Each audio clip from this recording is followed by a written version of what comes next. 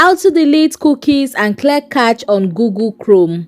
Hi guys, let's get started immediately. Now the first thing you want to do is to be on your Google Chrome application. Now when you're on your Google Chrome, you want to tap on the three dots at the top right hand corner of your screen, and then guys, you're going to be tapping on settings. After tapping on settings, you want to go over to privacy and security.